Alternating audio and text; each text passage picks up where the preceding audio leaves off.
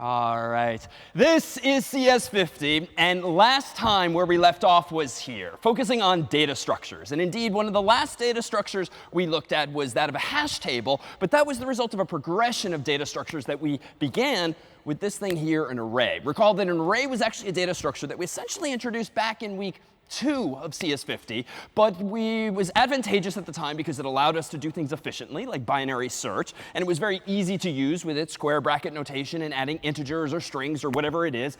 But it had limitations, recall. And among those limitations were its lack of resizability, its lack of dynamism. We had to decide in advance how big we wanted this data structure to be. And if we wanted it to be any bigger, or for that matter, any smaller, we would have to dynamically ourselves resize it and copy all of the old elements into a new array and then go about our business. And so we introduced last time this thing here instead, a linked list that addresses that problem by having us on demand allocate these things that we called nodes, storing inside them an integer or really any data type that we want, but connecting those nodes with these arrows pictured here, specifically connecting them or threading them together using something called pointers, whereby pointers are just addresses of those nodes in memory. So while we pay a bit of a price in terms of more memory in order to link these nodes together, we gain this flexibility because now when we want to grow or shrink this kind of data structure, we simply use our friend malloc or free or similar functions still.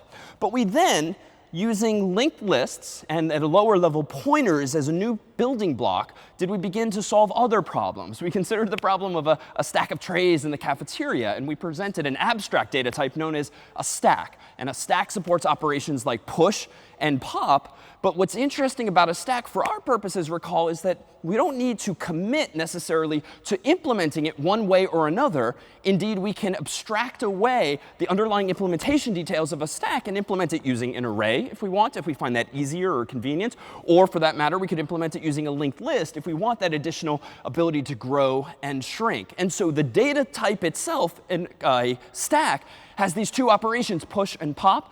But they're independent, ultimately, of how we actually implement things underneath the hood. And that holds true as well for this thing here, a line, or more properly, a queue, whereby instead of having this last in, first out, or LIFO property, we want something more fair in the human world, a first in, first out, so that when you enqueue or dequeue some piece of data, whatever was enqueued first is the first thing to get out of that queue as well. And here, too, did we see that we could implement these things using a linked list or using array? And I would wager there's yet other possible implementations as well.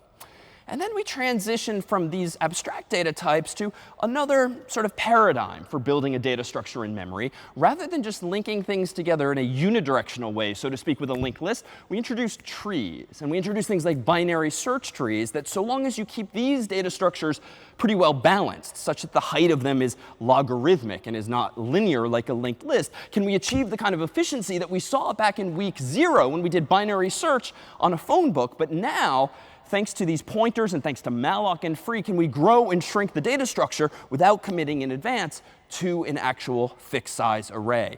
And similarly, did we solve another real world problem? Recall that a few weeks ago we looked at forensics, and most recently did we look at compression, both of which happen to involve files. And in this case, though, the goal was to compress information, ideally losslessly, without throwing away any of the underlying information. And thanks to Huffman coding, did we see one technique for doing that, whereby instead of using 7 or 8 bits for every letter or punctuation symbol in some text, we can instead come up with our own encoding that use 1 bit, like a 1, to represent a super common letter like E, and 2 or 3 or 4 or more bits for the less common letters in our world. And then again, we came to hash tables. And hash tables, too, is an abstract type that we could implement using an array or using a linked list or using an array and a linked list. And indeed, we looked first at a hash table as little more than an array. But we introduced this idea of a hash function that allows you, given some input, to decide on some output, an index, a numeric value typically, that allows you to decide where to put some value. But if you use something like an array, of course, you might paint yourself into a corner such that you don't have enough room ultimately for everything. And so we introduced separate chaining, whereby a hash table in this form is really just an array, pictured here vertically, and a set of linked lists hanging off that array, pictured here horizontally, that allows us to get some pretty good efficiency in terms of hashing, finding the chain that we want in pretty much constant time, and then maybe incurring a bit of linear cost if we actually have a number of collisions. Now today, after leaving behind these data structures, among them a trie, which recall was our last data structure that allowed us, in theory, in constant time to look up or insert or even delete words in a data structure, depending only on the length of the string, not how many strings were in there. Do we continue to use these ideas, these building blocks, these data structures? But now today, we literally leave behind the world of C and start to enter the world of web programming, or really the world of web pages and dynamic output and databases ultimately, and all of the things that most of us are familiar with every day. But it turns out that this time we don't have to leave behind those ingredients. Indeed, something like this, which you'll soon know as HTML, the language in which web pages are written, hypertext markup language, even this textual document, which seems to have a bit of structure to it, as you might glean here from the indentation, can underneath the hood be itself represented as a tree, a DOM, or document object model. But indeed, we'll see now some real world, very modern applications of these same data structures in software that we ourselves use. Because today, we look at how the internet works, and in turn, how we actually build software atop it. But first, a teaser.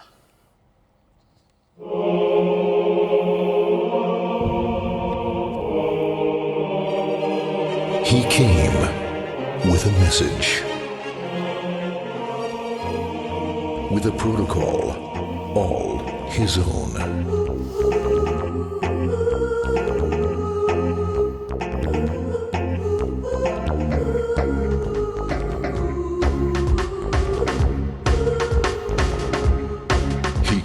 To a world of cruel firewalls, uncaring routers, and dangers far worse than death. He's fast, he's strong, he's TCP/IP, and he's got your address. Warriors of the Net. All right, so coming soon is how the internet works. And it's not quite like that, but we'll see in a bit more detail. But let's consider first something a little more familiar, if abstractly, like our own home. So odds are, before coming to a place like this, you had internet access at home or at school or at work or the like. And inside of that building, let's call it your home, you had a number of devices, maybe a laptop, maybe a desktop, maybe both, maybe multiple. And you had some kind of internet service provider, Comcast or Verizon or companies like that, that actually run some kind of wired connection, typically, though it could be wireless, into your home. And via that connection, are you, on your laptop or desktop, able to get out onto the internet? Well, it turns out that the internet itself is a pretty broad term. The internet is really just this interconnection of lots of different networks. Harvard here has a network, Yale has a network, Google has a network, Facebook has a network, your home has a network, and the like. And so the internet really is the interconnection of all of those physical networks. And on top of this internet, do there run services, things like the web or the World Wide Web, things like email, things like Facebook Messenger, things like Skype, and any number of applications that we use every day run on top of this physical layer known as the internet. But how does this internet itself work? Well, when you first plug in your computer to a home modem that you might get from Verizon or Comcast. It might be a cable modem or a DSL modem or another technology still. Or more commonly these days, you connect wirelessly, such that your Mac or PC laptop connects somehow wirelessly to this device.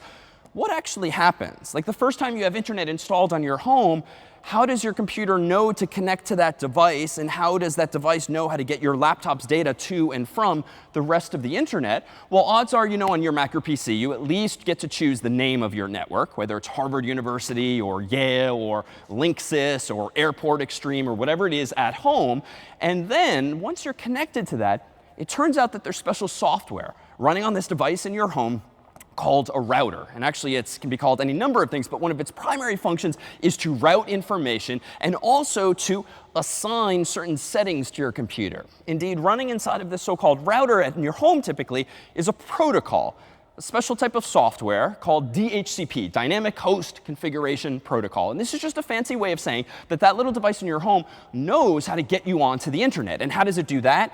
Well, the first time you turn on your Mac or PC and connect to your home network, or Harvard's or Yale's for that matter, you are assigned thanks to this technology, DHCP, an IP address, a numeric address, something of the form something dot something dot something dot something that uniquely, in theory, identifies your computer on the internet so long as your computer speaks this protocol, IP, or the Internet Protocol. And we'll see in a bit that IP and TCP, or more commonly known as TCP/IP, is really just a set of conventions that governs how computers talk to each other on the internet. And the first way they do that is by agreeing upon in advance what each of their addresses look like. Now, these addresses are actually changing in format over time because, frankly, we're running out of these addresses. But the most common address right now still is an IP version 4, or v4 address, that is literally of the form something dot something dot something dot something. And so when your computer first turns on your home network, you are given a number that looks a little something like that. And via that address now, can you talk to other computers on the internet, because this is like your from address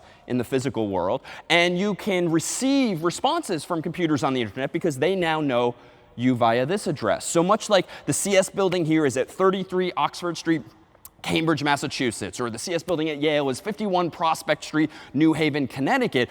Much as those addresses uniquely identify those two buildings, so do IP addresses in the world of computers uniquely identify computers. So here, for instance, just happens to be, by convention, what most of Harvard's own IP addresses look like. Now that I'm on this network here, odds are my IP address starts with 140.247.something.something, or 128.103.something.something. Or in New Haven at Yale, it might look like 130.132.something.something, or 128.36.something.something. And it turns out that each of these somethings simply is, by definition, a number between 0 and 255. 0 to 255. I feel like we've heard these numbers before. And indeed, if you can count from 0 to 255, that means you're using, what, 8 bits.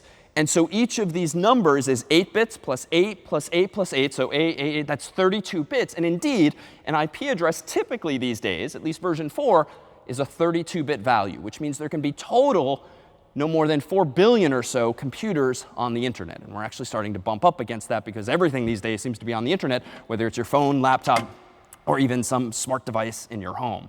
And so there is a way to mitigate that. It turns out that your computer, even here while on campus, might not quite have one of those Harvard or Yale IPs. You might instead have, depending on where you are on campus, a private IP address. Or if you're in your home, you similarly might have one of these addresses. And these are private in the sense that they are used to route information within your home, or within your school, or within your company. But these addresses are not meant to be used by the outside world. Instead, what you get from Harvard or Yale or Comcast or Verizon when you connect to their network typically is at least the ability to have one or more public IP addresses that the rest of the world knows you by. So what does this actually mean? Well, sometimes it doesn't really mean anything at all. And in fact, if you look at popular media today or various television shows, you'll see that IP is either miscommunicated or outright misunderstood. Let's take a look. It's a 32-bit IPv4 address. IP as an internet. Private network. It's a Midas private network.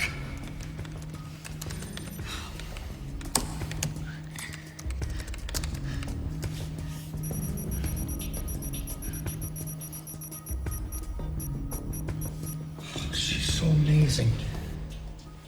Charlie. It's a mirror IP address. She's letting us watch what she's doing in real time.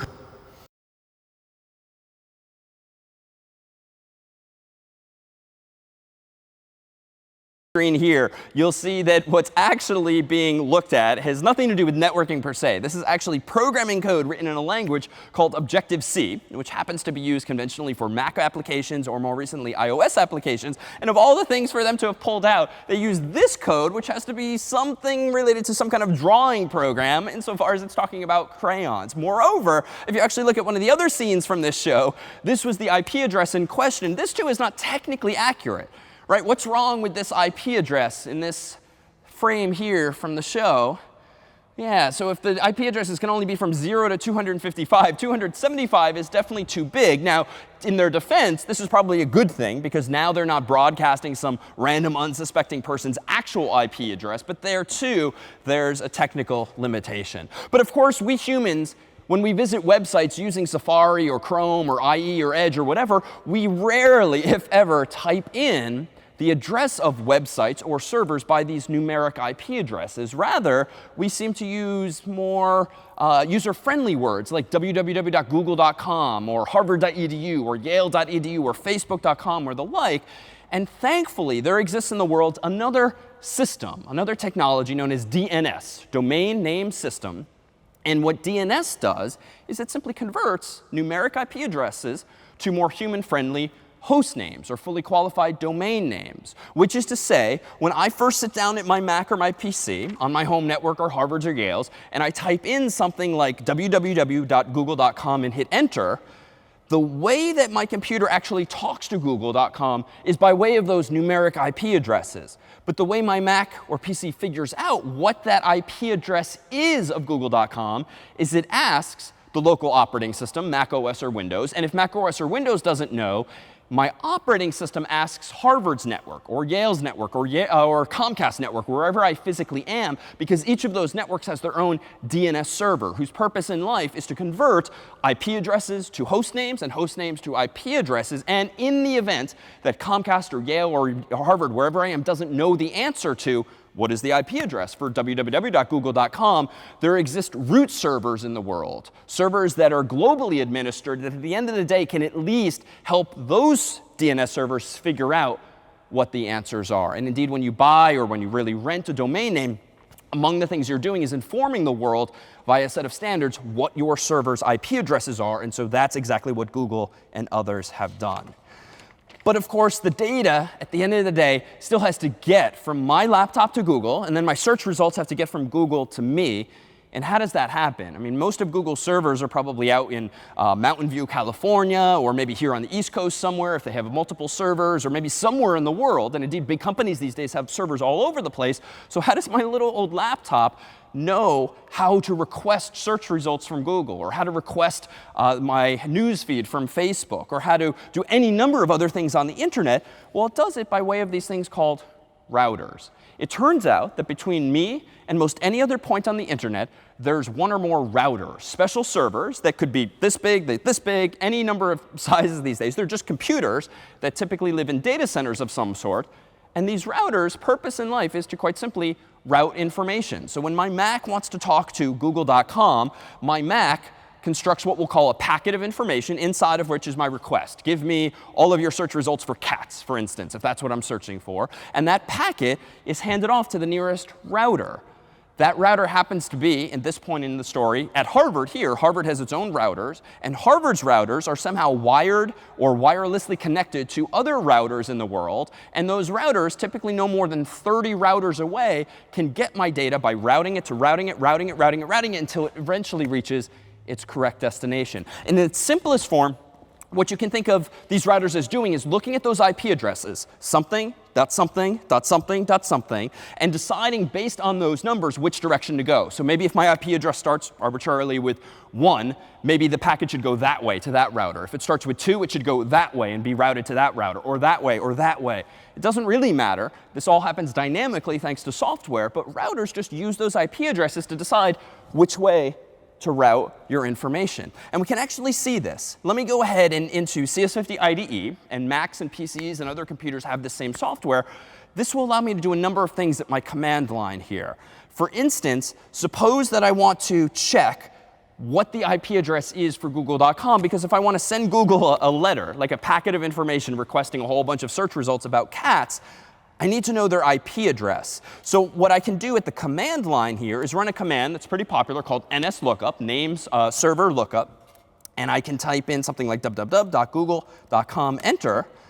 And voila, I seem to get the answer here that Google's IP address is apparently 172.217.4.36. And I know that answer because Harvard's server, and I know it's Harvard because it starts with 140.247, Harvard's DNS server somewhere here on campus just knew that result. But it's non-authoritative in the sense that Harvard does not run google.com, but Harvard has previously asked Google or someone else for Google's IP address. And so Harvard is answering the question for me, but not authoritatively. It's a delegate who is relaying that information to me. Now, suppose I want to do this for another site. Let me go ahead and search for nslookup, say www.facebook.com, enter. And you'll see here that Facebook's IP address is apparently 31.13.80.36. And there's some more cleverness going on here. It turns out there's other types of DNS records or entries. starmini.c10r.facebook.com. Don't really know what that means. Facebook's a big enough company that there's probably a lot more complexity going on. But just out of curiosity, let me go ahead and copy this this IP address here. And in a browser, go to http:// that IP address, enter, and voila, I make my way to facebook.com. But it would be pretty bad for business if everyone in the world had to know that Facebook's IP address is this. Back in the day when people still used phone numbers, you might have services like 1-800-COLLECT, C-O-L-L-E-C-T, these mnemonics, so that it was easier for humans to remember phone numbers. Thankfully, DNS does all of this automatically. We just have to remember facebook.com, and DNS does that conversion even more dynamically than the old school 1-800-COLLECT tricks that the world adopted. So that's how my computer would get the to address. So at this point in the story, if I want to send a request to google.com, and this is just an envelope in which I might send a letter, I need to have two pieces of information. I need to have the to address here, which for Google, recall, let me look it up again, is 172.217.4.36. And so I'm going to put that in the to field of this envelope. And now I need to know my own IP address. So it turns out my computer has its own IP address. And so when I send this request over the internet to Google, I'm going to need to include my own IP address, which Windows or Mac OS knows for me. And so in the top corner of this envelope, might I write my actual IP address as well. So now I have to actually route this information. I first have to write Google a note. And I might say on this blank sheet of paper, search for cats. So this might be my search request. And I'm going to go ahead and just bundle this up, put this inside of this envelope. But now I need to send this envelope, or this so-called packet of information, to www.google.com. And who knows where they are? Maybe they're in California. Maybe they're here on the East Coast. Maybe they're somewhere else. How do I route this information? Well, it turns out that Harvard has a router, again, and Harvard's routers know of other routers. And in turn, and we, using this same command prompt, can we actually see the path that my data should take if I trace the route one query at a time from here to google.com, enter. And now what you see, one row at a time, is the following. The first hop between me and Google is apparently this router here, row number 1, mrsc1gwvl427.fas.net.harvard.edu. Don't quite understand all of that, but I do know, just from knowing the people there, MR is the machine room. So here at Harvard Science Center, there is a room with machines, and that's where this server apparently is. SC means Science Center. GW, by convention, means gateway, which is just a synonym for router, this kind of device. And then I don't know what VL427 means, but I do know that if we continue to the next hop here, row 2, Core Science Center Gateway, or Core Science Center Router. So one router is connected to another router. The third hop to which my data is delivered is BDR-GW2, which I know by convention means Border Gateway. And so this data is being passed from hop 1 to 2 to 3. And once it goes there, it goes to hop 4, or router number 4, which is Knox1 Some Gateway. So Knox is the northern crossroads, which is a common peering point here in the northeast of the US, which just means lots of different internet service providers interconnect their cabling and their technology so as to route data to and from locations. That's apparently where we're connected here. Then I don't know where row 5 is, but it looks like it's owned by Internet 2, which is a fast level of internet service that a lot of universities use. Then routers 6, 7, 8, 9, 10, and 11 don't even disclose that they have names, and they might not. Routers don't, and computers don't need to have domain names or human-friendly terms. It's just useful for us humans. But then lastly, in hop 12, we finally make our way to whatever this is, which seems to be some kind of synonym or alias for one of Google's servers. So it seems that in just 12 hops, I can get data from here to Google. And you know how long it takes to get from here to Google, wherever they are? 9 milliseconds in total. And that's pretty darn fast to make a request from my computer to some other computer, especially when that computer could be most anywhere in the world or in the country. Now, there's a lot of variability. If you look at each of these rows, 1.5 milliseconds, 1.9, 2.9, 25, 25, 25. These aren't cumulative. What my computer is doing is sending a packet to the first router, then to the second router, then to the third router, and measuring each time how long it takes. So you really just get a rough sense, an average of sorts, based on running this command like this. So it seems to take between 10 and 30 milliseconds to get my data from me to Google. Now, I don't know where Google's servers are, but I do know that UC Berkeley is in California, and their servers, I do think, are in California. So let's do another by tracing the route to www.berkeley.edu, where some of our friends there are. That was super fast, even though it still took some 93 milliseconds. So I'm going to infer that the server of Google's that I'm talking to isn't all the way in California, because to get to California in reality seems to take a good 100 or 90 milliseconds. But let's see what we can glean here. So Machine Room Science Center to Core Gateway to Border Gateway to Northern Crossroads to an unnamed server. Don't know what this one is, but I can guess maybe what this is. And notice in particular, router number 6 jumps from 7 milliseconds to like 49. That's a pretty good distance. And indeed, if you look at the name here, this, I'm guessing, is a router that's in Houston, Texas, halfway across the country. After that, maybe Los Angeles here in step 8. And that indeed takes a little more time. So you can probably infer that it's farther away. No name, no name.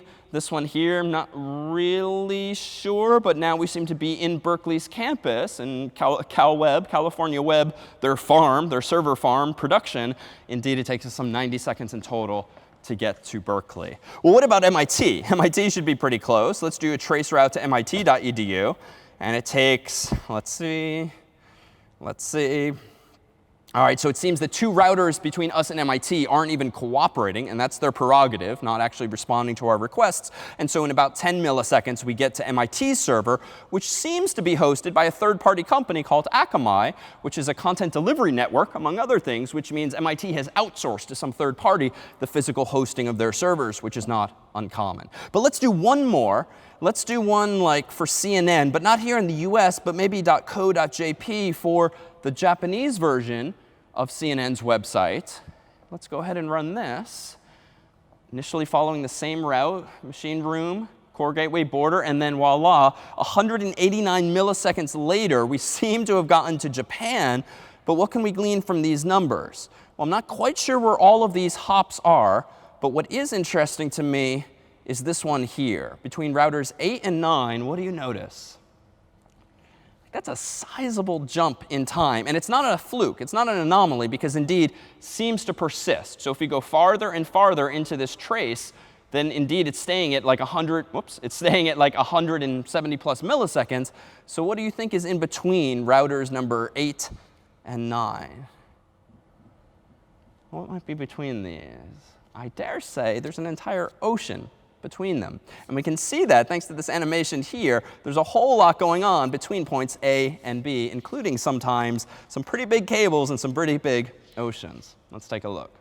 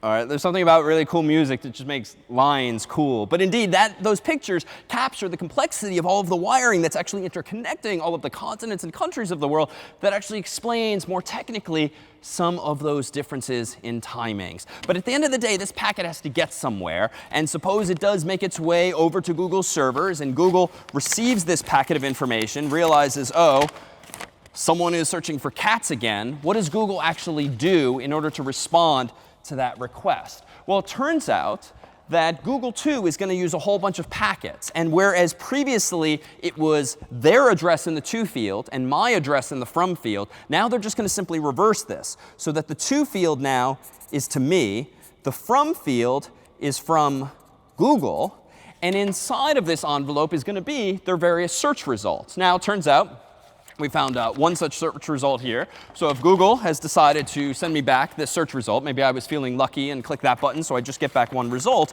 they're going to put the cat into the envelope, but sometimes the data is pretty big. Right? Sometimes this image might be kilobytes, megabytes, or if it's a video file, it could be gigabytes large. And it would be kind of rude if Google, in order to send me a really big response, shoved a really big piece of information in its packet and then clogged the internet, the so-called tubes, on their way back to my laptop, thereby preventing anyone else from talking to Google or nearby websites at that same moment in time. So indeed, what Google and what many websites do is they leverage a feature of IP and its sister protocol, TCP, that lets us fragment this. And indeed, they will take this perfectly nice picture of a cat, and they will fragment it, thanks to IP, into maybe 4 different pieces, each of which is smaller than the original. And inside of this envelope then goes one piece at a time. And so if I put one such piece in this first envelope, I can then, much more efficiently, clearly, proceed to transmit this. And then if I do the same with a second and a third and maybe a 4th envelope, now Google can respond with 1, 2, 3, and maybe more packets of information that make their way on the internet, not even necessarily following the same path. In fact, there's no guarantee that A to B is going to be the same route as B to A. Things change dynamically over time. But Google's going to have to include a little bit more information on this envelope. It's not sufficient anymore just to send me 4 envelopes. What else had they probably best do so that I can actually see my cat when it gets back to me?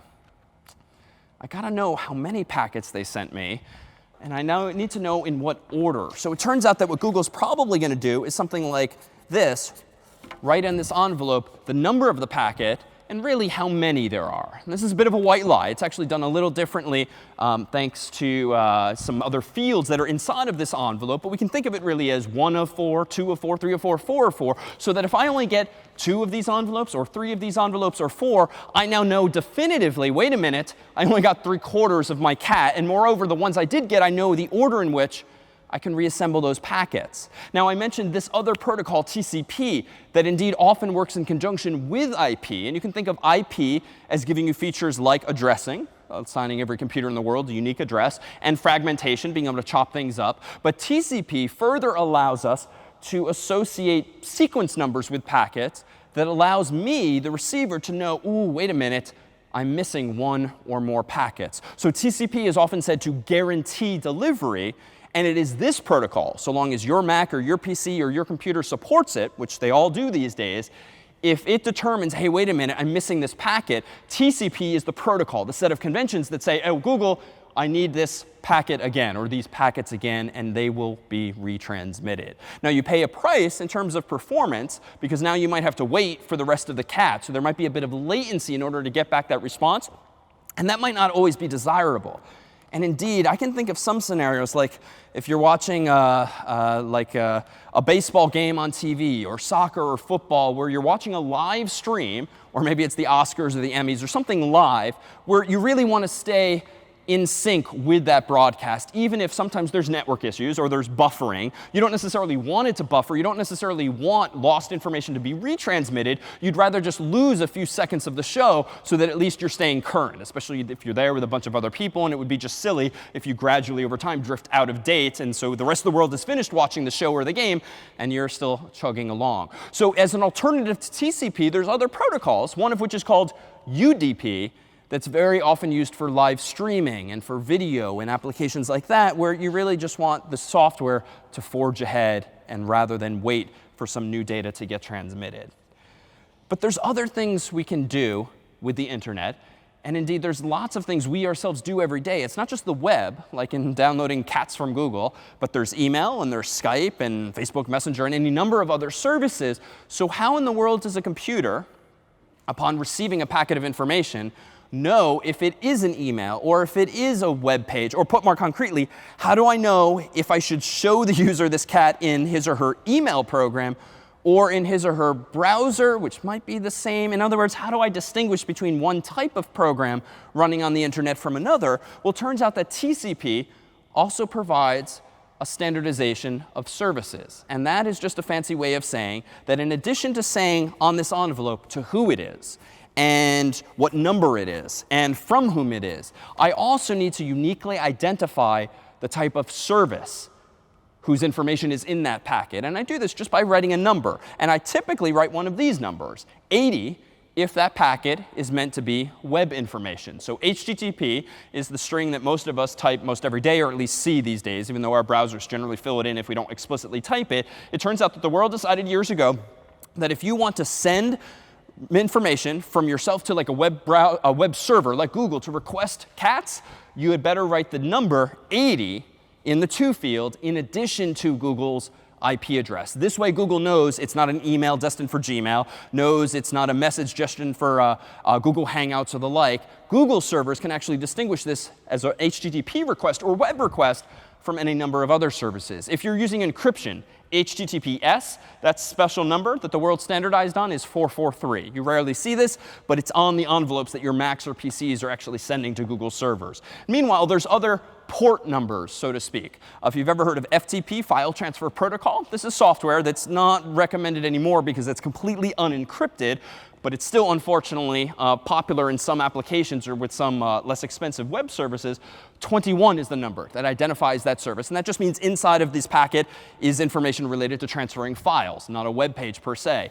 22, SSH, Secure Shell. This is a very popular protocol, at least among computer scientists and others, that allows you to run commands on your Mac or PC on a remote server, but in an encrypted way.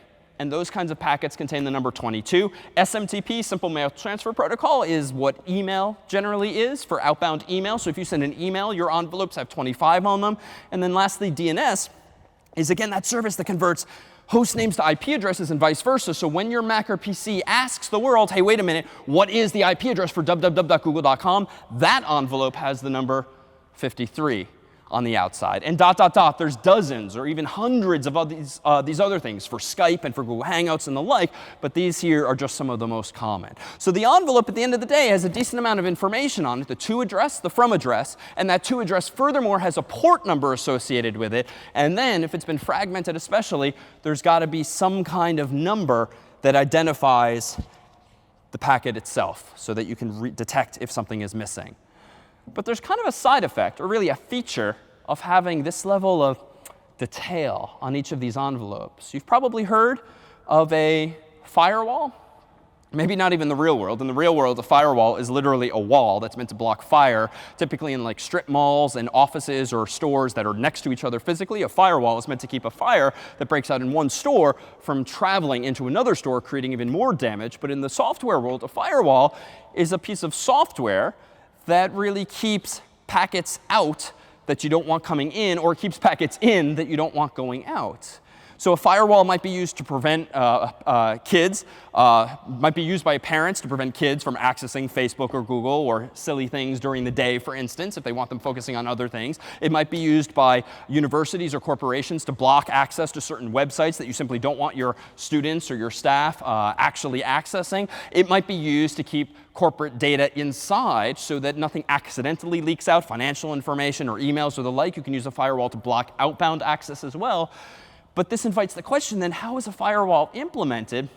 Well, it's not all that hard, really, because if the internet is just a whole bunch of these packets flying back and forth between computers, between routers, leaving and entering our own network, whether that's my home or my campus or my company, I could just have my routers, for instance, look at every one of those envelopes, look at the to address, maybe look at the from address, and just blacklist certain addresses. Indeed, if I know that I don't want my employees accessing Facebook, I could, for instance, just say to my routers, configure my routers, do not allow any data going to or from IP address 31.13.80.36. Now, it might be easier said than done, because in reality, Facebook probably has multiple IP addresses. So we might have to grow this list or dig a little deeper in order to block them. And better yet, we could potentially look inside of the envelopes themselves to see, is this a Facebook packet? But if they're using encryption, which they do by default these days, that might not really be feasible. So we can have kind of a heavy-handed solution there and just block everything we think is Facebook.com.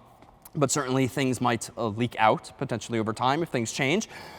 But what else could we do? Suppose that, I really don't want people Skyping during the day, or I don't want people using Facebook Messenger or some software that has its own unique TCP port number that some company or the world has standardized on. You could block all outbound email by just blocking port 25, it would seem, or a few other ports that are popular. You could block all web access by blocking 80 and 443. You could block all DNS traffic if you really want. And indeed, a lot of companies do this, especially like Starbucks kind of places, internet cafes, and airports and the like. Sometimes they only want you using their DNS server, not your own company's or your own home's. And so they can block access to any DNS server other than their own. This is unfortunately often, or sometimes for advertising reasons, so that they can actually keep track of what you're accessing and where and why, or where at least. But it's all possible technologically with this underneath the hood. So what are some of the defenses in place, especially when you want to visit some site that isn't necessarily encrypted, or maybe you want to visit some site that is blocked and you want to simply be able to work around this because you're traveling or you need to be able to access something privately at your home or your work?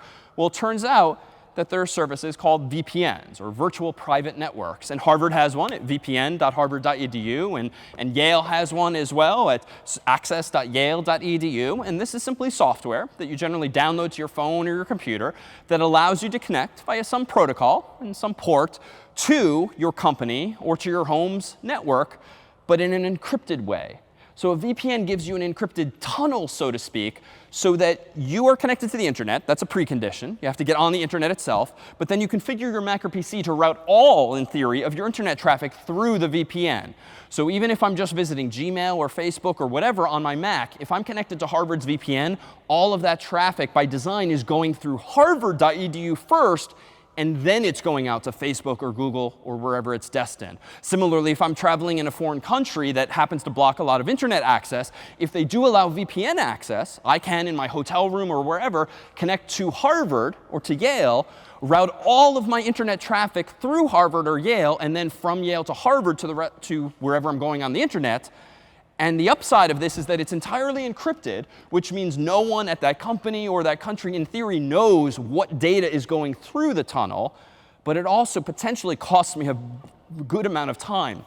We've seen that we're really only talking milliseconds, but hundreds of milliseconds can certainly add up. So if I'm abroad, for instance, trying to connect to some website that's going from that country to Harvard, to the destination, back to Harvard, back to the country I'm in, your internet connectivity might be slower, but at least it's not actually permanently blocked. So if you've ever heard of friends of yours actually accessing services like Netflix or Hulu that for licensing reasons do restrict you typically to being in this country, this is why you might have read that Hulu and Netflix and others are cracking down on people using VPNs, whether it's Harvard's or Yale's or third-party companies, so as to circumvent those licensing restrictions. But technologically, all it's doing is giving you an encrypted tunnel between you and someone you have an affiliation with, like Harvard or Yale, and encrypting all of your traffic in between there and routing all of your traffic through it. So with that said, we've looked at DNS, and we've looked at DHCP, and we've looked at routers. And there's other hardware still, whether it's in your home or campus or office. There's things like switches, which are fairly simple devices that just have lots of Ethernet jacks, so to speak, that you can plug physical cables into. And those cables can then intercommunicate so that you can wire computers together en masse. There are things called access points, or APs. Those are the things around campus that have the little bunny ear antennas that are often blinking. Those are the wireless access points. And access points often have firewalls, often have routing software built in. So the line is increasingly blurry these days as to what these small devices do. So it really is the services that matter. And indeed, while a little dated, I thought it would be fun to take a look now at a longer form version of the 60-second trailer of Warriors of the Net that was made a few years ago to paint a more visual picture of how the internet works. It definitely takes some liberties with, shall we say, accuracy, but it also helps paint a picture of what really is going on underneath the hood. So let's take a look at the internet.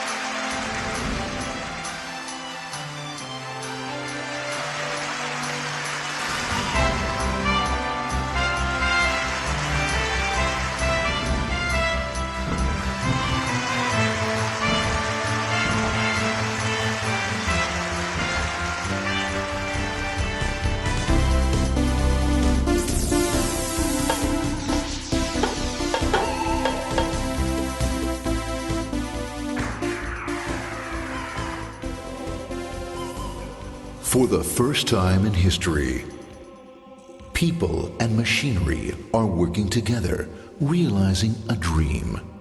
A uniting force that knows no geographical boundaries without regard to race, creed, or color. A new era where communication truly brings people together. This is the dawn of the net. Want to know how it works? Click here to begin your journey into the net. Now, exactly what happened when you clicked on that link? You started a flow of information. This information travels down into your own personal mailroom, where Mr. IP packages it, labels it, and sends it on its way. Each packet is limited in its size.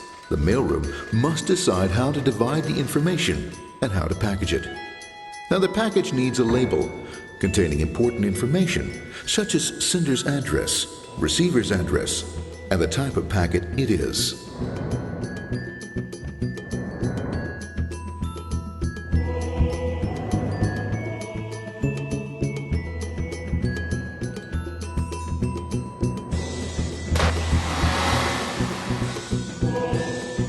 Because this particular packet is going out onto the internet, it also gets an address for the proxy server, which has a special function, as we'll see later. The packet is now launched onto your local area network, or LAN. This network is used to connect all the local computers, routers, printers, etc. for information exchange within the physical walls of the building. The LAN is a pretty uncontrolled place, and unfortunately, accidents can happen.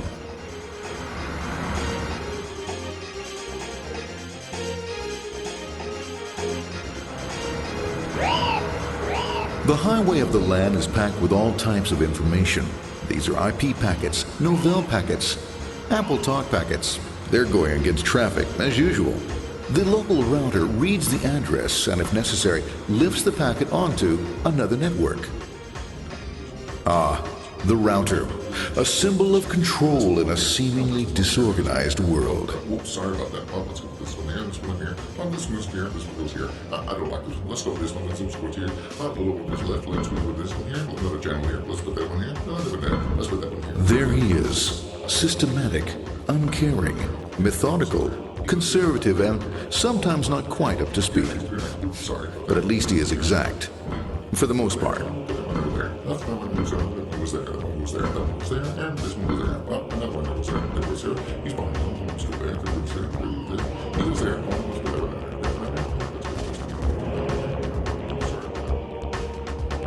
there. As the packets leave the router, they make their way into the corporate intranet and head for the router switch.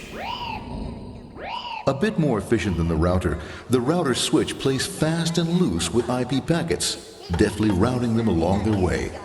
A digital pinball wizard, if you will. Here we go. Here comes another one, and it's another. Watch this, Mom. Here goes. Whoop, around the back. Hey, in there. Over the left, over the right, over the left, over the right. You got it. Here it comes. Right on. He shoots. He scores. It's going. Hey, wait. Here, watch out. Here comes another one. Oh, here we go. And it's gone. As packets arrive at their destination, they're picked up by the network interface, ready to be sent to the next level. In this case, the proxy. The proxy is used by many companies as sort of a middleman in order to lessen the load on their internet connection, and for security reasons as well. As you can see, the packets are all of various sizes, depending upon their content.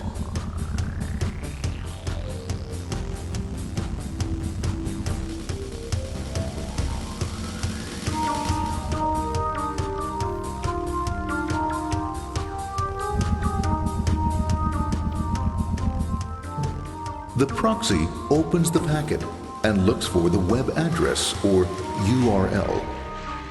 Depending upon whether the address is acceptable, the packet is sent on to the internet.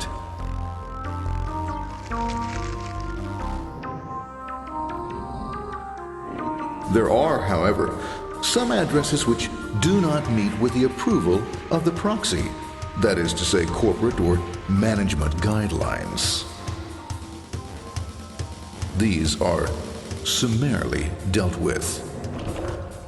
We'll have none of that. For those who make it, it's on the road again.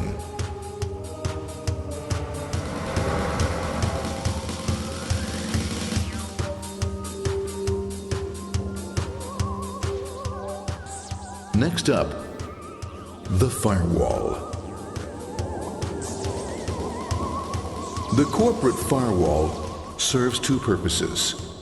It prevents some rather nasty things from the internet from coming into the intranet, and it can also prevent sensitive corporate information from being sent out onto the internet.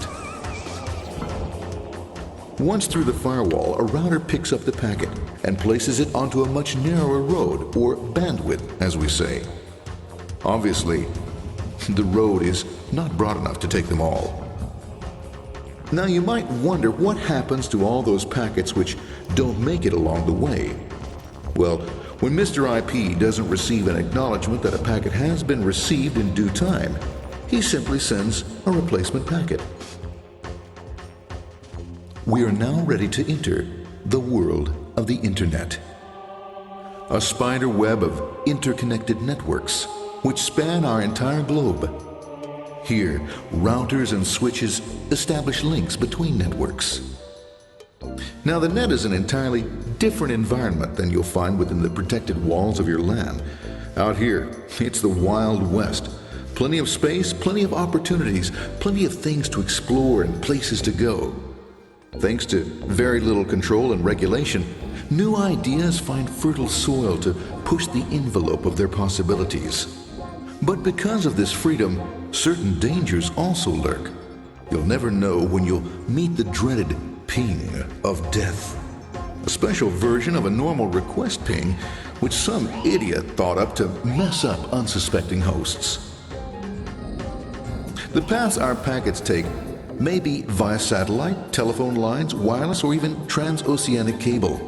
They don't always take the fastest or shortest routes possible, but they will get there.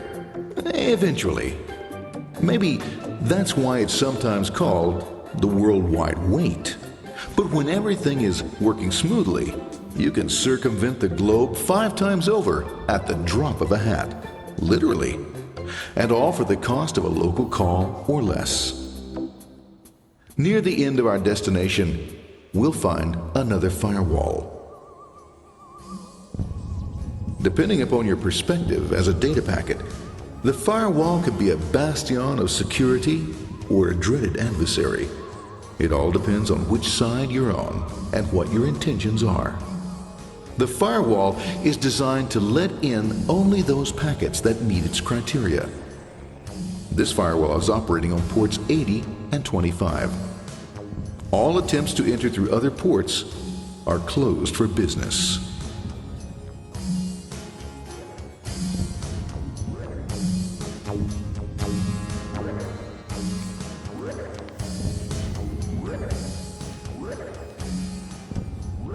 Port 25 is used for mail packets, while port 80 is the entrance for packets from the internet to the web server. Inside the firewall, packets are screened more thoroughly. Some packets make it easily through customs, while others look just a bit dubious. Now, the firewall officer is not easily fooled, such as when this ping of death packet tries to disguise itself as a normal ping packet. It's okay, go on. It's okay. No problem. Have a nice day. Be out of here. Bye. For those packets lucky enough to make it this far, the journey is almost over. It's just a lineup on the interface to be taken up into the web server. Nowadays, a web server can run on many things, from a mainframe to a webcam to the computer on your desk. Why not your refrigerator? With a proper setup, you can find out if you have the makings for chicken cacciatore or if you have to go shopping. Remember, this is the dawn of the net. Almost anything's possible. One by one, the packets are received, opened, and unpacked. The information they contain, that is, your request for information, is sent on to the web server application.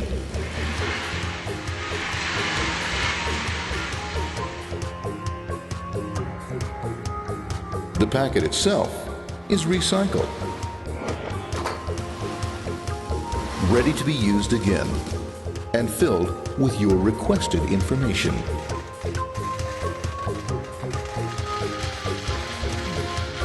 Addressed and sent out on its way back to you. Back past the firewall, routers, and on through to the internet. Back through your corporate firewall.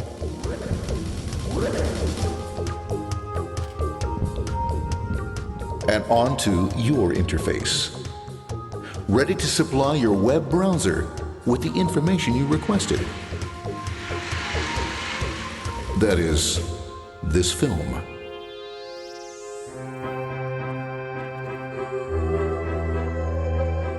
Pleased with their efforts and trusting in a better world, our trusty data packets ride off blissfully into the sunset of another day, knowing fully they have served their masters well. Now, isn't that a happy ending?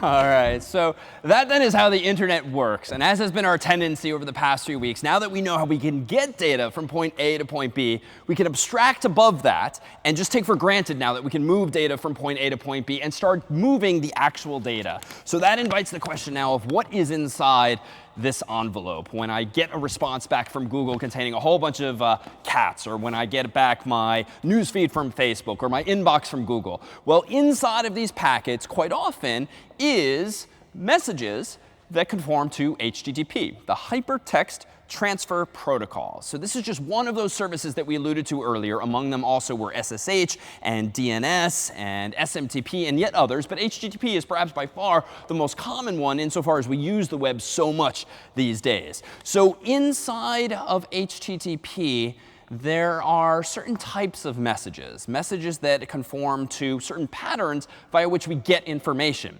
Now, what is the P in HTTP? HTTP, Hypertext Transfer Protocol. Well, let me borrow Arturo over here. And we have this silly human convention, of course, that when you meet someone for the first time or the first time in a while, you say, oh, hi, my name is David. Hi, David. Nice to meet you, Arturo. And we exchange hands, and when I put out my hand, Arturo knows to put out his hand, and then we do this silly handshake.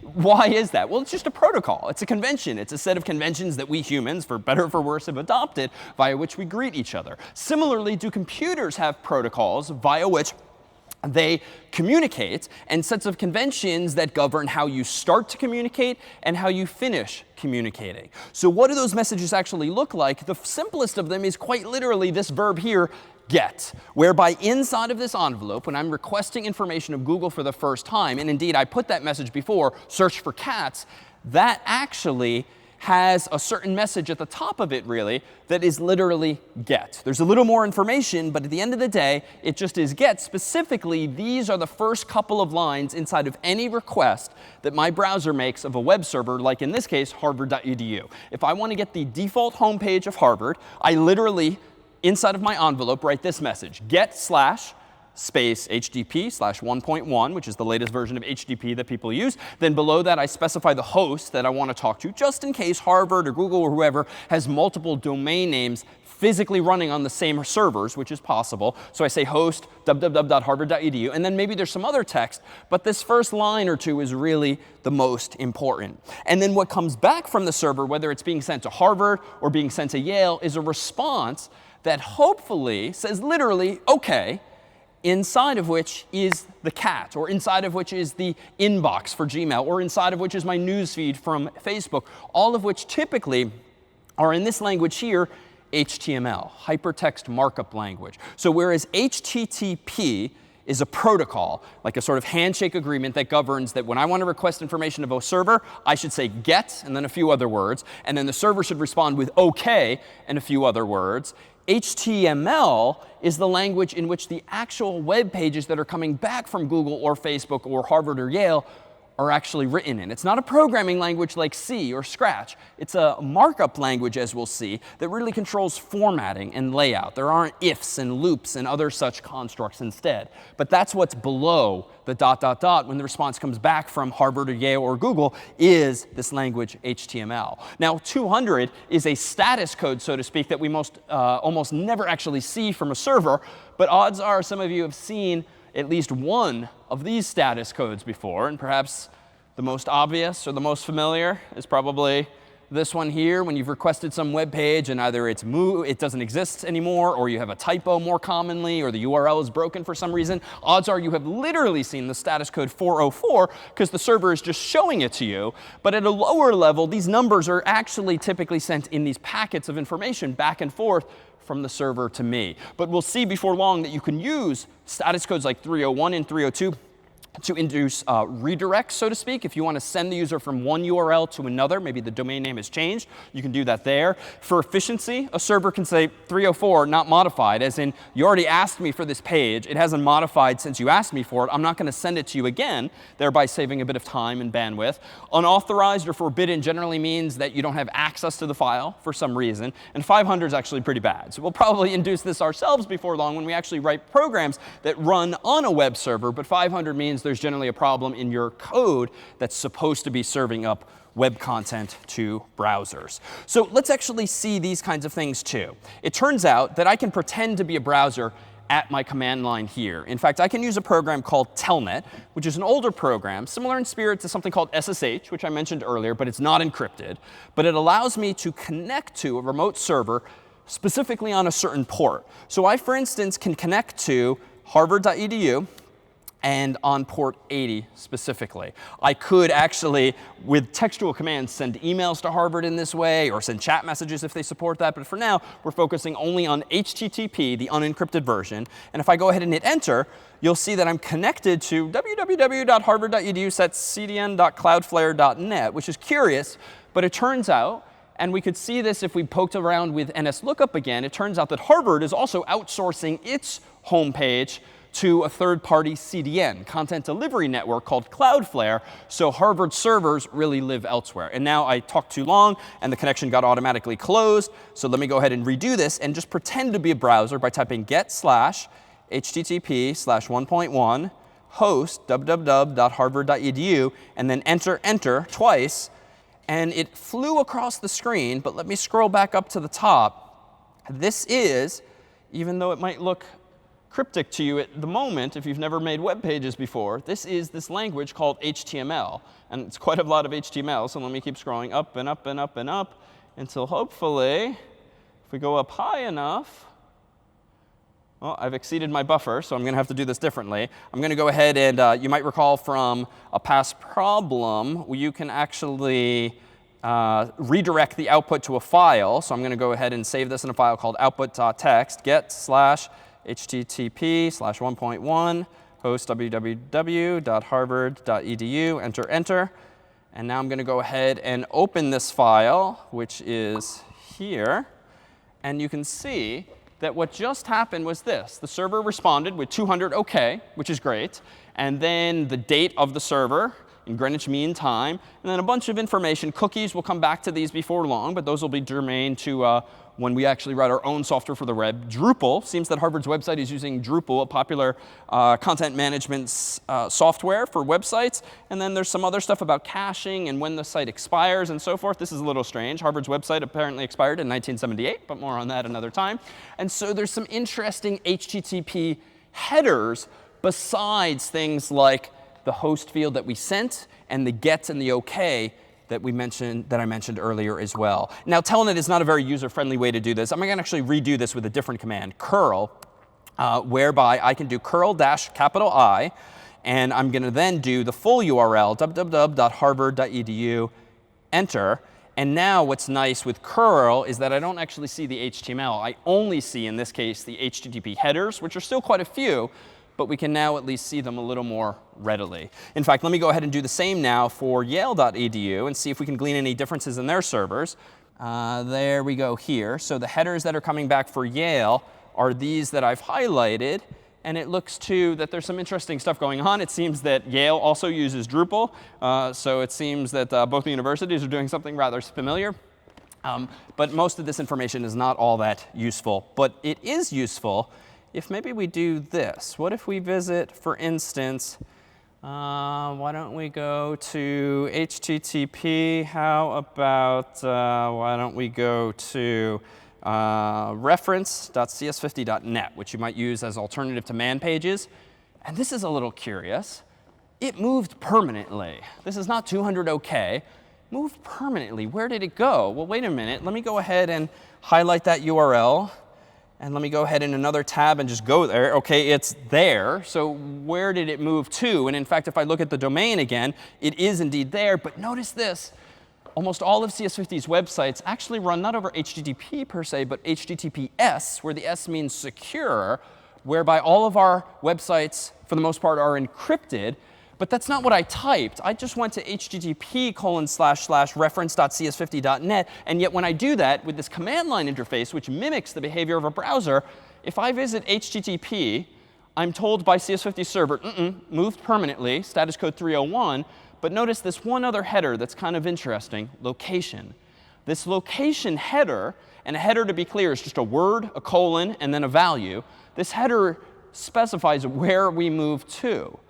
So this seems to be a mechanism whereby using HTTP headers, sort of messages inside the envelope that the human doesn't really see, but that the browser does and understand, this seems to be a way that we can forcibly redirect all users from the insecure version of our website to the secure version, so that thereafter, all of the information is secure. And frankly, there's not all that much private information going on there. But if you don't really want the whole world or the NSA or Harvard or Yale knowing what pages, what functions you need to look up on reference.cs50.net, by forcing everything to HTTPS, in theory, everything is perfectly secure now so that only you know what pages you're visiting, and we, since we run the server, but no one in between. And indeed, that's one of the biggest values of using HTTPS-based URLs, is that even if there's some man in the middle, so to speak, a bad guy, an adversary between you and that remote server, whether it's here on campus or in Starbucks or the airport or some random adversary on the internet, he or she, in theory, should not be able to see anything between points A and B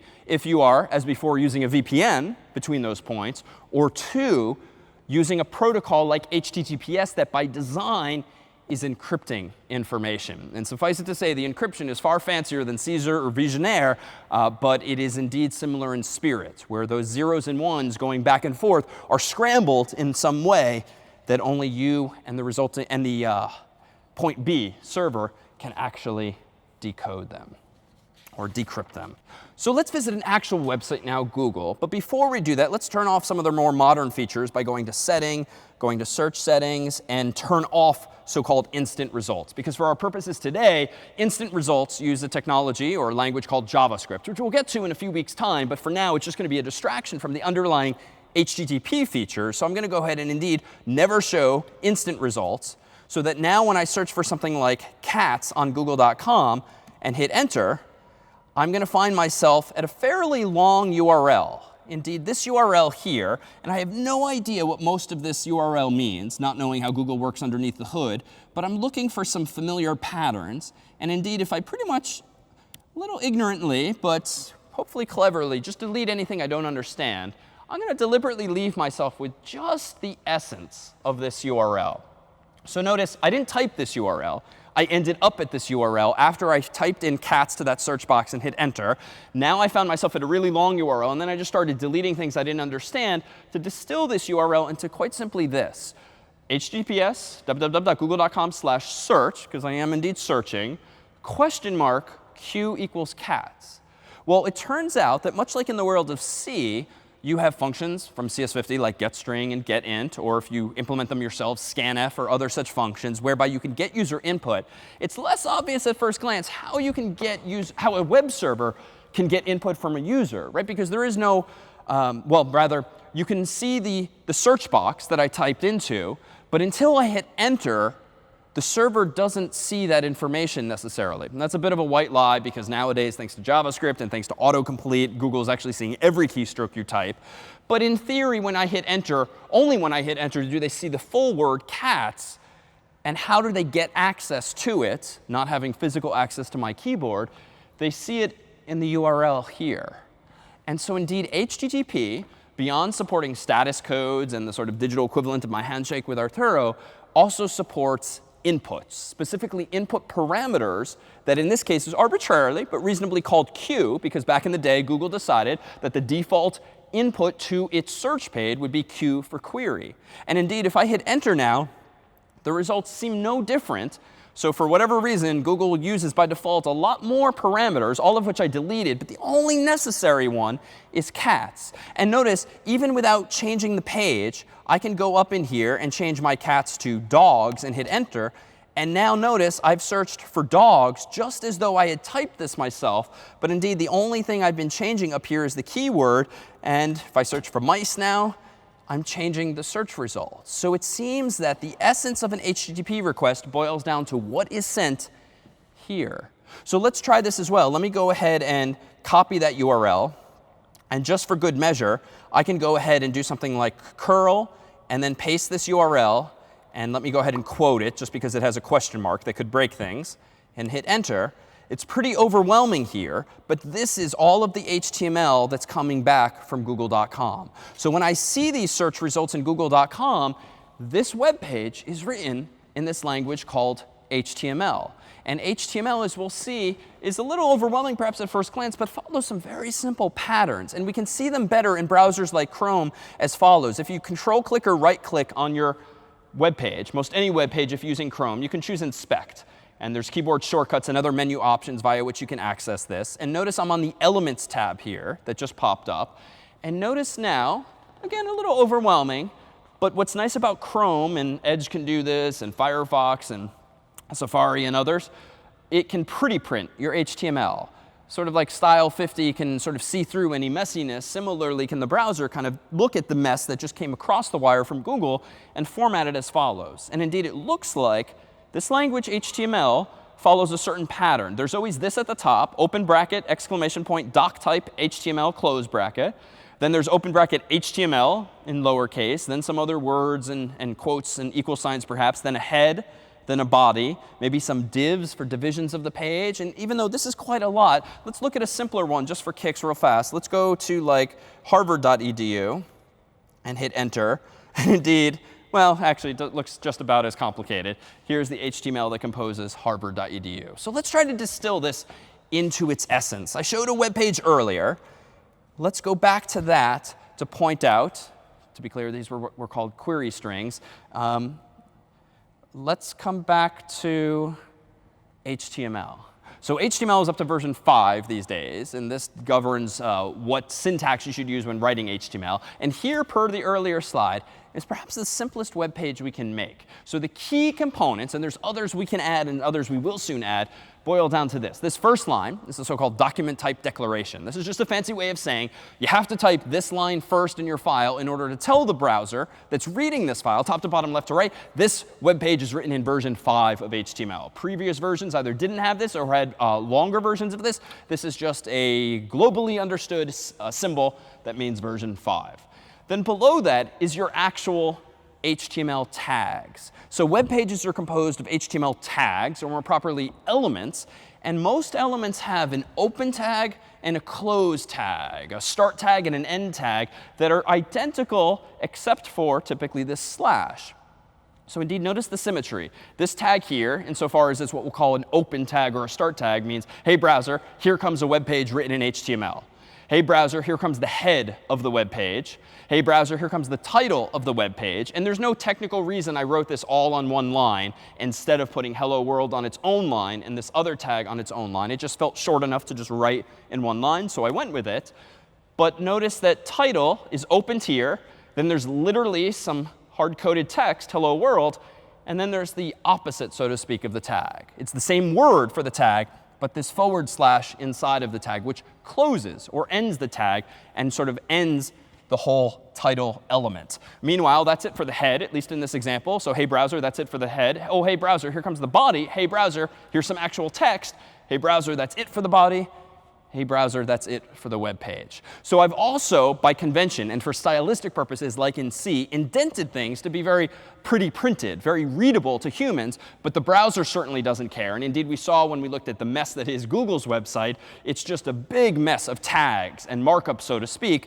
But for Google, that makes sense, because you don't want to have to transmit any characters unnecessarily. Indeed, if you think about it, if Google's website gets visited by like 1 billion people per day, which actually feels kind of reasonable, and suppose that a programmer at Google hits the spacebar just one extra time and saves Google's homepage, well, what's the implication of Google having just one additional space in their web page? If that web page is downloaded 1 billion times, that's 1 billion extra ASCII characters that gets downloaded per day. And 1 billion ASCII characters is 1 billion bytes, which is 1 gigabyte. So just by hitting the space bar, can really big players like Google cost themselves a huge amount of space and maybe cost or time. So that's why a lot of big websites minify or compress their information, whereas we will be a little more lax here because it's more important for now, certainly, that things be readable and understandable. But the white space does not matter to the browser.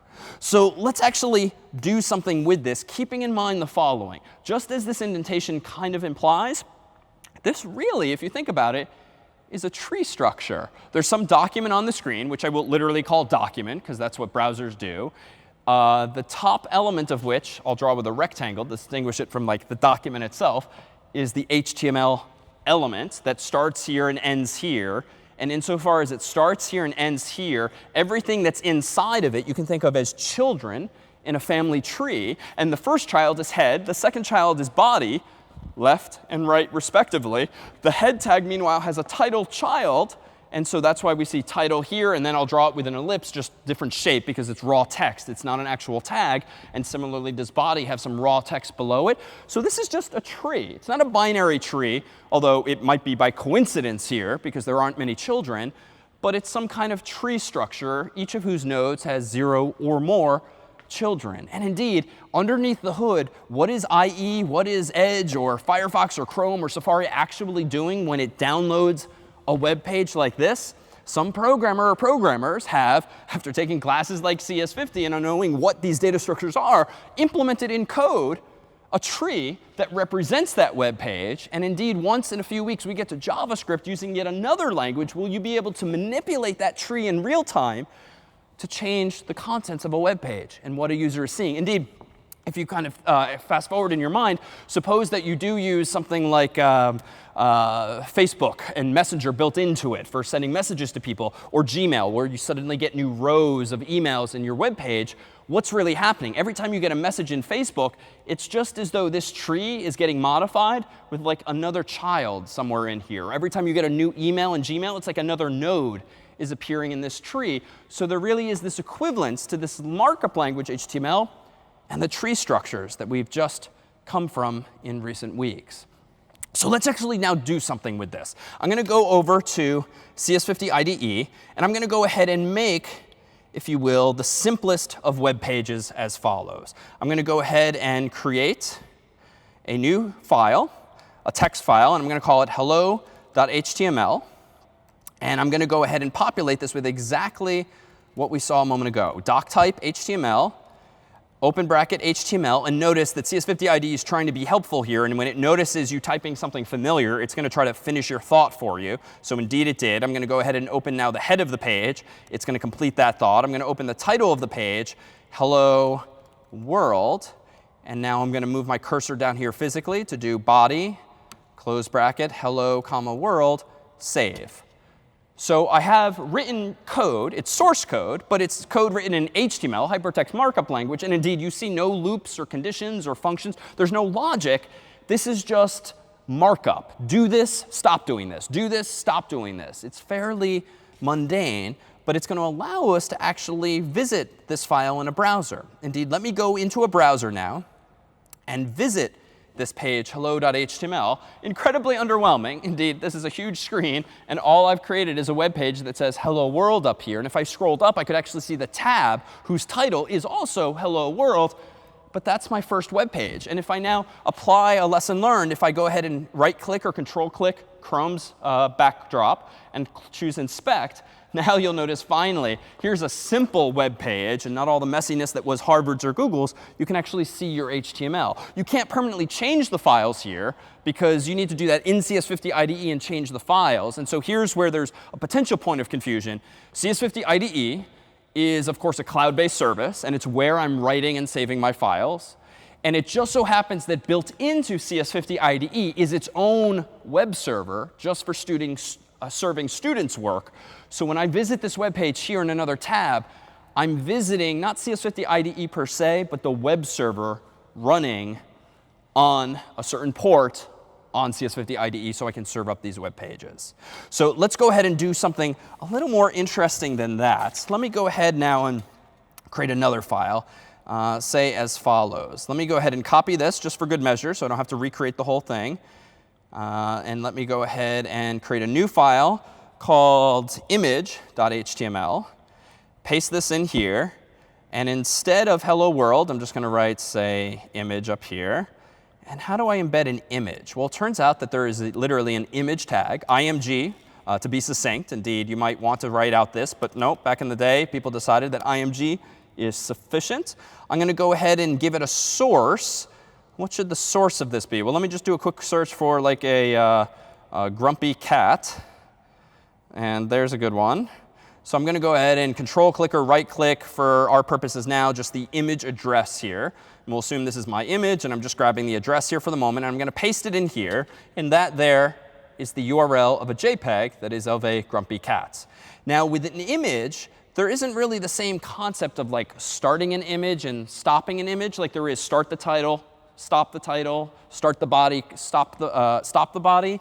And so there are so-called empty elements in HTML that you can express either by doing this, which feels a little silly, like you're opening the image tag and then immediately closing it, which feels a little ridiculous. And so there's shorter hand syntax where you can actually put the slash inside of the open tag like this so that the element is empty, so to speak, open and close. It's not strictly required, but at least this way we're making clear our intent is to open and close the thing all at once. Now, for accessibility purposes, for someone who has trouble with vision, you might want to provide some alternative text like grumpy cat so that if they're using a screen reader or some other device, there it can actually have assistive support explaining what it is that you might otherwise be seeing. So let me go ahead now and open this file, image.html, and it's pretty darn simple. But there is my own web page with this big white background and nothing else yet, and this grumpy cat. All right, but of course, this web page doesn't do anything. It would be nice if I could click on something and go somewhere. So let's do that. Let's do another example whereby I'll call this link.html. And in here, let me get started just by copying and pasting that. Instead of the cat, let me go ahead and do A for an anchor. So it's a little counterintuitive. It's not link, it's anchor. And then an anchor, confusingly, has a hyperreference, which is the link to which it goes. And I'm going to go ahead and do something clever like https www.google.com/search $Q equals cats. And then close bracket. And now notice CS50 IDE is trying to be helpful. It closes the tag for me. And I can just write the word cats. But let me finish this thought. Let me say search for cats, period. And so now, even though we've seen only some simple tags so far, you can use HTML in line, so to speak, sort of in the middle of another thought. If I want to convey the sentence, search for cats, but I want cats to be clickable so that when you click on the word cats, it actually goes to Google and searches for cats, I can borrow the idea from earlier. And I just happen to remember that Q is the query that I have to pass in. And notice that I surround cats with the open tag and the close tag so that now if I open a browser with this file, I see, again, a very simple web page. And I can even zoom in to make this more clear. All it says is search for cats, period. But notice it's the link alone that's underlined. And it happens to be purple by default because we already searched for cats earlier. And browsers typically remember URLs you visited. So that's why it's purple and not, say, blue, which tends to be the default. But if I click on this, indeed, I get a page full of cats. I can combine these ideas. Let me actually go into the IDE. And instead of the word cats, let me go ahead and paste the image tag. So it's a little hard to see all on one line here. But notice I can search for href, close this tag, and then immediately open the image tag with its same value as before, and then close that, and then close the anchor tag. Save that, reload. Now it's a little stupid grammatically, search for cat picture.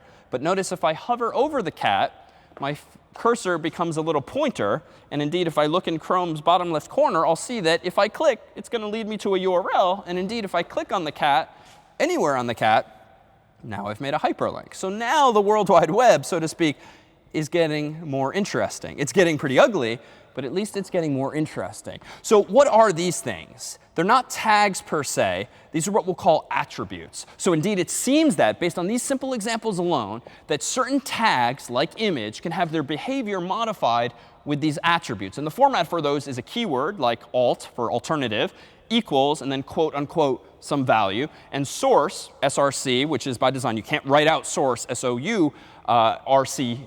You have to do source, per the documentation, equals quote unquote some URL. And you would only know that these things exist by Googling around, reading some online documentation, taking a class. But thankfully, there's not terribly, terribly many of them. And most everyone can be looked up on demand when you're curious how to do something. In fact, let's take a look at a few other tags, some this time that I've put together in advance. We have a whole bunch of online examples that you're welcome to look for online. Here's one that has a whole bunch of paragraphs. So in this page here, notice that I've done a couple of things. Inside of my body, I have a bunch of Latin paragraphs, sort of nonsensical Latin.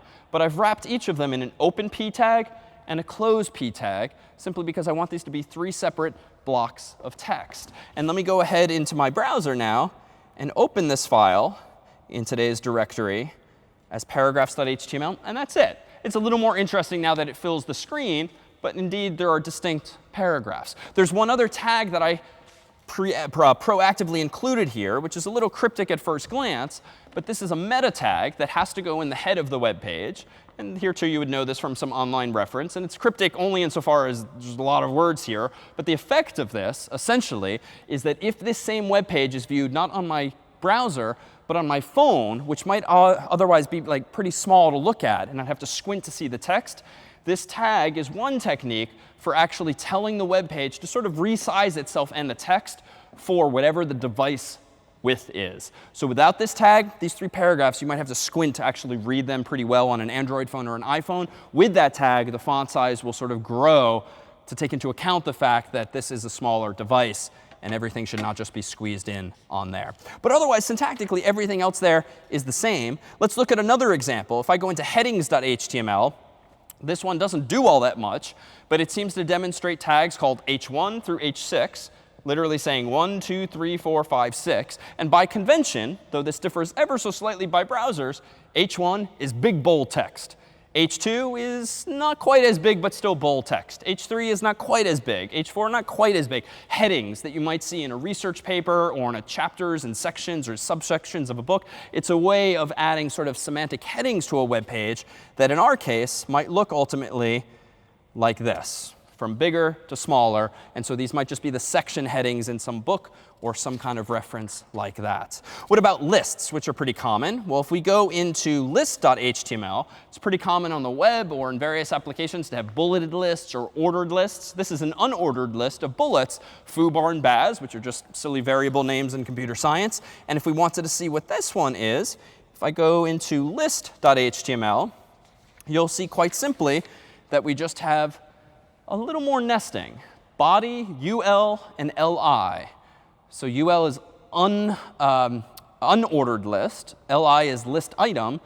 And foo, bar, and baz are each of the 3 list items. If I change this ever so slightly to OL, ordered list, and then go back to that web page and reload, now it's an automatically numbered list. So there's a lot of features you sort of get for free here, not unlike a typical word processor. If we want to go really all out and see a lot of nesting, you can see a table here, which might be useful if you want to show a whole bunch of tabular data for research purposes, or maybe sports scores and data on a ESPN site or the like. It's a little more involved, but if you just read it top to bottom, it all becomes pretty intuitive. Inside of this page's body, there's an HTML table. This table has a TR, table row, and that table row has table data, table data, table data. So 3 columns left to right. Another row with another 3 columns, another row with another 3 columns, another row with another 3 columns. And I chose these values arbitrarily just to kind of mark up an old school telephone keypad, because indeed, if we go into this with table.html, you see this. You can add borders, and we'll see ways you can actually tweak the aesthetics, but it's just laying things out in a grid here, like you might tabular style data. But none of these have been all that pretty thus far. Indeed, I'm just using the default fonts and sizes, which apparently are just black text, white background, Times New Roman font, and pretty small text at that. The web, of course, these days is much prettier than this. So how do you actually start to stylize things? Well, as we often do, let's take a progression of ideas. Let me go into version 0 of this file, css0.html. That does something terribly simply. It's more interesting than any of the pages we've seen thus far, if only because we have some slightly differing font sizes and some actual content. But it's still pretty simple. So what am I doing? This is big and bold and centered. This is kind of medium and bold and centered. And this is kind of small, this copyright footer there. So let's solve this in one way, but then iteratively improve upon this as follows. Let me go into css0.html, and we'll see that I've introduced, amazingly already, another language. CSS, Cascading Style Sheets, is another language that is almost always used in conjunction with HTML these days. And whereas HTML is all about formatting, and rather, all about markup and all about layout and sort of semantically tagging things in a way that makes sense, CSS is used to kind of take things the last mile and stylize things so that they look and appear in exactly the way that you intend. So this is a little messy at the moment because I seem to be commingling my HTML and CSS literally as follows. Turns out that in HTML, there's a generic tag called a div for just a division of the page. If you want to think of the page as having rectangular regions, div would be one way of doing that. Or you could use a p tag or paragraph. And I can add a style attribute here that says style font size, colon, 36 pixels, semicolon, font weight, colon, bold, semicolon. And not all of the semicolons, at least on the end there, are necessary. But this is 2 CSS properties. A property called font size with a value of 36 pixels, and a font weight, a property of font weight with a value of bold. And then similarly, notice what I've done. In a div tag outside of this, have I wrapped it with text align center. And that's a property called text align. Its value is center, and it's going to center all of its children, so to speak. So we can use the same language from our discussion of data structures and trees. Meanwhile, you'll notice that my middle div is slightly smaller at 24 pixels and not bold. And my last one is 12 pixels. But this is a little messy now because I've commingled my HTML markup with my CSS. It would be kind of nice if we could factor out the aesthetics, put them in one central spot to make it easier to edit. And so let me propose this instead. I've now simplified the body of my page to just have 3 divs, each of which has a unique ID. Turns out there's an attribute in HTML called ID. It allows you to have a unique identifier. You can use almost any word you want, though there are some restrictions on the letters you can use or the where you can have numbers and so forth. But I'm just going to sort of conveniently call the top div top, middle, and bottom. And those are unique. And now that I have the ability to identify those divs uniquely, let's look at another tag up here. Inside of the head of my web page now, notice I have a style tag, not a style attribute, an actual style tag. And the syntax here is a little different from before, but it's kind of reminiscent of C. But none of this has to do with programming per se. This is just aesthetics now. This syntax here says, hey, browser, apply to the body tag the following CSS properties in between curly braces. Text align center for the entire body. Hey, browser, apply the following properties to whatever HTML tag has a unique ID of top. So the hashtag here means ID. It's just a symbol that the world has adopted. So this means whatever HTML tag has a unique ID of top, apply these two properties to it. Notice the semicolons on the end, and I've indented everything to keep things nice and pretty. Middle will have this property. Bottom will have that property. So now it's cleaner in that I've relegated to the top, to one central spot, all of the aesthetics of my web page. I've left all of the sort of lower level markup down here so that if on a whim tomorrow I want to change the font size or the color or the layout, I can do that very simply without actually changing the data. So the data is things like these white words here. And I've got some metadata, these red tags and green attributes here, so that I can uniquely identify things in the page.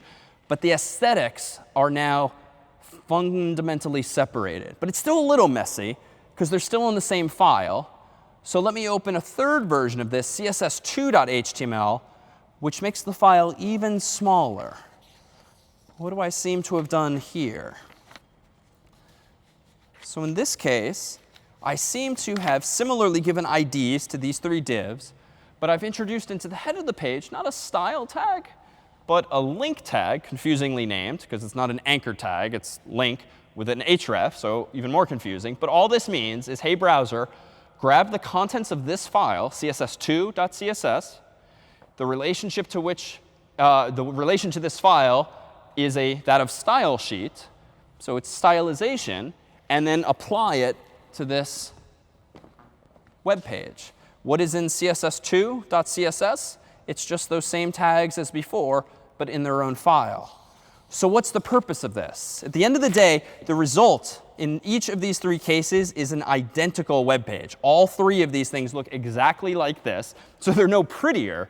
But from a design perspective underneath the hood, these things are fundamentally better designed, because now this CSS file, in theory, could be shared across multiple pages. Multiple pages of mine could now have this one link tag up top, so that once a browser downloads css2.css or whatever the file is, it can reuse and cache that file for my entire website, so that as a user clicks around to my website, they don't have to re-download this CSS file. And indeed, even if the browser tries, it can get that HTTP 304 not modified message, so that it doesn't waste time or bandwidth re-downloading the file. So this also allows me to use, as we'll eventually see in future problems, third-party libraries. It turns out that a lot of people in the world who are better than little old me at design, certainly, have created files ending in .css that have some really beautiful stylizations that you can apply to your own web pages, so that you don't have to worry about as much the aesthetics. Bootstrap is one such tool formerly from Twitter, and other such libraries exist that allow you to stylize your site just by using themes or skins, so to speak, that other people have created. There's one last piece of syntax here I should draw attention to, is this thing here. So this cryptic sequence of characters is what's known as an HTML entity. It turns out there's some symbols that, to my knowledge, I can't type on my Mac's keyboard, like the copyright symbol. You can maybe do it on iOS these days via special software support. But this is the canonical way of putting certain special characters inside of a web page that you might not be able to express or easily express on your keyboard. And these are just standardized too. So if I actually Googled HTML entities, I could actually see whole charts telling me that ampersand hashtag 169 semicolon will give me the copyright symbol. And just to be clear, when that's actually rendered, you don't see that in the page. You instead see the more familiar copyright symbol there. So let's now finally try to tie some of these things together. I know that Google supports search queries via GET. And this is in contrast, just to be clear, with one other thing.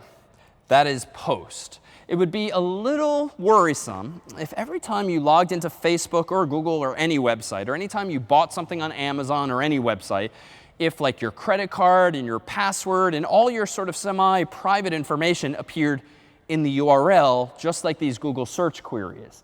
So it turns out that HTTP supports another verb. And there's a few others, but the two we'll focus on are get and post. And post is inside the envelope's initial message, just like my handshake to AJ, almost identically. But instead of get, it's post. What do you want to post information to, and what protocol do you want to use? This is an example of a snippet of how I might log into Facebook. When I log into Facebook, I don't want my friends or my siblings or my family members being able to see in my browser's history or the search box what my username or really what my password is. And that's exactly what HTTP GET does by design. Post is just another way of submitting information to a server, still using the same conventions of HTTP parameter equals some value. And indeed, you can send multiple ones by separating them, in this case, with ampersand. No relationship to the ampersand we just saw in an HTML entity. But notice that this email and password are deliberately below the HTTP headers. So they're not in the URL bar. They're instead deeper inside the envelope, if you will. But I need to know this because when I make my own web pages, this becomes relevant. Let me go ahead and create a super simple web page called search.html that again has the doc type declaration at the top, that then has my HTML tags, my head tags, my title tags, and I'll call this search. And then over here, I will have the body of the page. And then I'm just going to do an H1 for CS50 search, which is just a big, bold heading on the page. And now I'm going to have form. And I'm going to have action equals https www.google.com/search. The method I want to use is necessarily get, not post, though in different contexts I might want to use post. But I'm not doing logins or something like that. I'm using Google Search Engine. So now I have the HTML form element, which we've not yet seen. But it turns out there's another tag called input that you can give a name to, like Q, that can be a type, like text. And it's empty. And then we can have another input whose type might be quote unquote submit, and close that tag, and then save the page. If I now go back into this file and go to search.html, if I zoom in, we see, if you will, sort of version 1 of Google without any aesthetics. And indeed, actual version 1 of Google wasn't all that much more complicated. But if I now type in cats, submit this query, I go to actual Google, typing in effectively cats because the URL I was redirected to, which is to say that using HTML, we can reconstruct exactly what Google's been doing all this time. Because if you distill the essence of Google into just a few lines of code, this is it. And indeed, this is essentially what Google looked like a few years ago, although, to be fair, they also had this. They had another input whose type was submit, and whose value, even early on, was I'm feeling lucky. And if we save this, it's not going to actually do anything because we need a little more logic in order to make that work. But if I reload, now we get the second Google button as well. And so all we've implemented for now is the front end of Google, so to speak.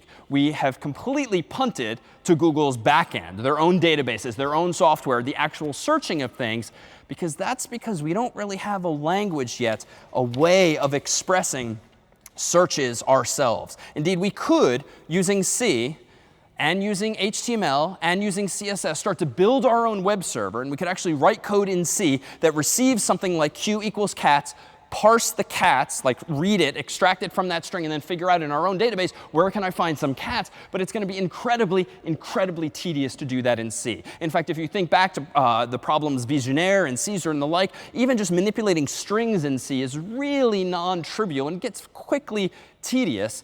And so we really need a better language. And that language is going to be, in the coming weeks, Python, which is a higher level language than C. In fact, the Python interpreter, so to speak, itself is written in C. So the world some years ago used C to write support for really what many would call a better language for solving problems like this. And so not only can we use Python for command line applications and processing and analyzing data like a data scientist might use it for, we can also use Python to actually write the back end of Google.com or the back end of Facebook or the back end of any web server that has to read HTTP parameters, understand them, maybe look up some data or store some data in a database, and respond to the user with dynamic output. So all that and more in the weeks ahead.